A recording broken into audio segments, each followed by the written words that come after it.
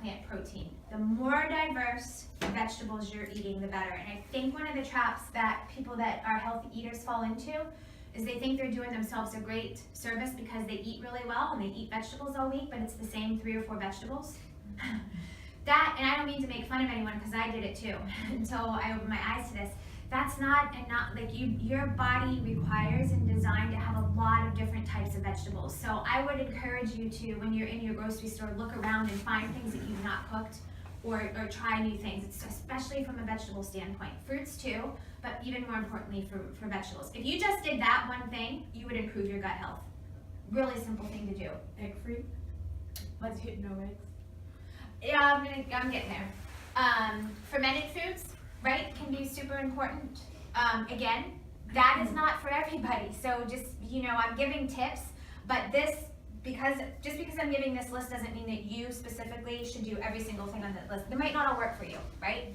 But fermented foods for many people can be very, very helpful. They were not helpful for me.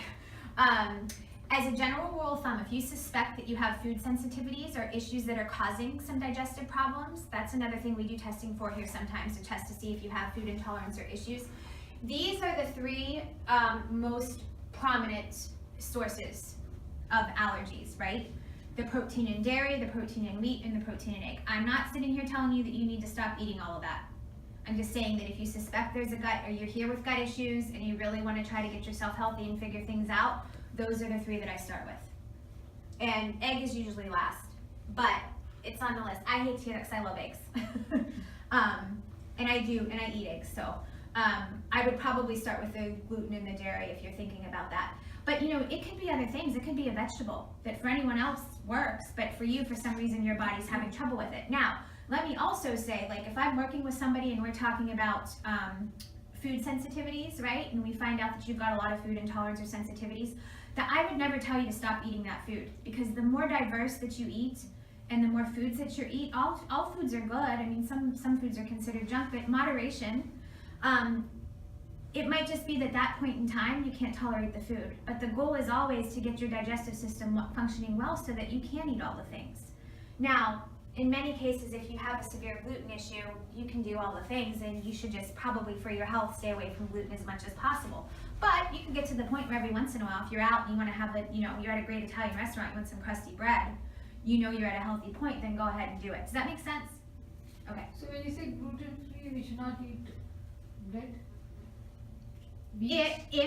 Not everybody, because not everybody has a gluten issue. I'm just saying that for most people that have some problem with their digestion, the number 1 culprit would be gluten and then dairy, in my opinion, right? So yes, bread does have gluten. Gluten is the protein that's in any wheat product, yeah. Okay, no processed foods, little or no sugar. Sugar is the number 1 driver of inflammation in the body, so the less sugar you have, the better. Bone broth can be great. You can make your own bone broth very, very simply and very inexpensively, or you can buy it now too. You can buy the powder, and you can season your food with the powder, or you can just get a cup of hot water and put the powder in. Or you can even buy it, at the health food stores now, you can get containers of it if you want. Has anybody heard of low FODMAP? Yeah? So low FODMAP, again, I don't like to encourage particular styles of eating because I think we can have a tendency to overdiagnose and sometimes lend itself to, some people have eating disorders, and you want to be really careful about that you don't end up, because the healthiest way for you to eat is to eat a variety of things, especially when it comes to vegetables and things like that. But if you do have a SIBO issue or an irritable bowel issue, sometimes a low FODMAP diet, at least until you heal up, can be the best thing for you. And for me specifically, it changed my world. It just absolutely changed me.